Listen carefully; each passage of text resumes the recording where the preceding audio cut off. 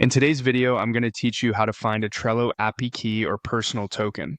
We'll use Trello's Power-Ups admin area to access your developer API key, and from there you can also generate a personal token.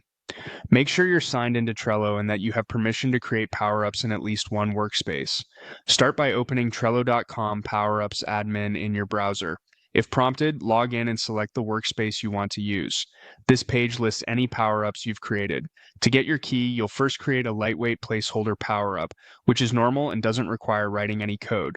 Click the new button to start a fresh power-up. You'll see a simple form. In the app name field, type a clear name that helps you recognize what this is for. You can keep it temporary if you're only retrieving credentials. Next, choose the workspace where this power-up will live. You need to have the right level of access, so if you don't see your workspace, check your permissions or ask a workspace admin to grant you access. Enter a valid email address for contact.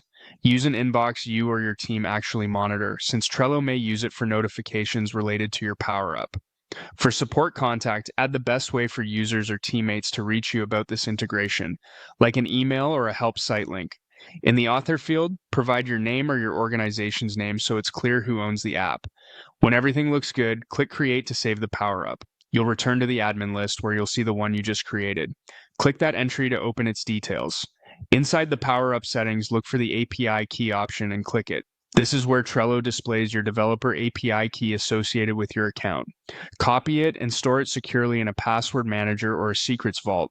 Treat this key like sensitive credentials and never share it publicly. If a key is ever exposed, rotate it immediately and update any systems that use it. On that same page, you'll typically find a way to generate a personal token tied to your account. Review the permissions carefully, approve if they match your needs, and then store the token securely. Tokens grant access to your Trello data according to your account's permissions, so handle them like a password. You can revoke tokens later from your Trello account's token management area if needed. If you don't see the new button or can't access the API key page, you may not have admin rights in that workspace. Ask a workspace admin for access or have them follow these steps.